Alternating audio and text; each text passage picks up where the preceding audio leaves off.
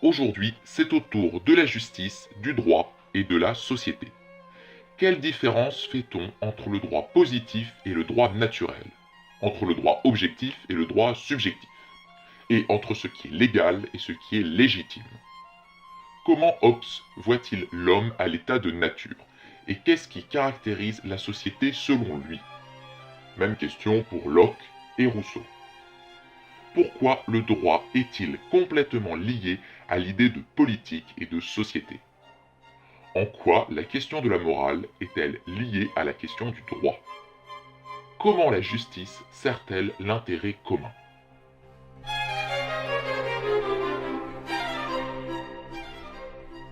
Le droit positif, c'est les lois et les règles qui organisent la vie en société, tandis que le droit naturel, c'est le droit qu'obtient tout être humain en venant au monde, comme le droit d'être libre ou de conserver sa vie.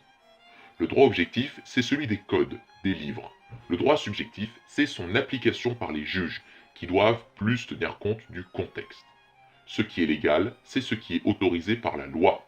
Ce qui est légitime, c'est ce qu'il convient de faire du point de vue moral. Pour Hobbes, à l'état de nature, c'est la loi du plus fort, la guerre de tous contre tous, et la société sert à assurer la sécurité de tous, pour empêcher de revenir à cet état de guerre permanente. Pour Locke, l'état de nature, c'est quand les gens vivent en micro-société, et pas seuls contre tous. Et la société sert à s'assurer que chacun puisse conserver le fruit de son travail. Pour Rousseau, l'homme est naturellement bon, et il vit plus ou moins tranquille grâce à la nature qui le nourrit. La société se caractérise alors par l'apparition d'inégalités parmi les hommes, inégalités que la société doit s'efforcer de corriger. Tant que l'homme n'a pas à vivre avec plein de gens sur un même espace et à partager des choses, la morale seule suffit. Mais quand ce n'est plus le cas, alors il faut des règles.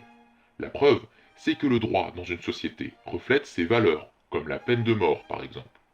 En plus, le droit évolue au gré de la société. Avec l'utilisation de nouvelles technologies ou l'apparition de nouveaux comportements, on doit adapter le droit. Et puis, si on respecte la loi, c'est pour pouvoir bien vivre en société. La morale sert de soubassement au droit, puisque la morale repose surtout sur la logique. Ne pas tuer, parce que sinon on arrive à un cercle de vengeance. Ne pas voler, parce qu'après, qu'est-ce qui te garantit qu'on ne te volera pas toi aussi ton travail, etc., etc. Et puis, on voit bien qu'on condamne plus lourdement quelqu'un qui a tué de sang-froid, ce qui est contraire à la morale, que celui qui a agi sous le coup de la colère. La justice sert l'intérêt commun, puisqu'elle vise l'intérêt de la société.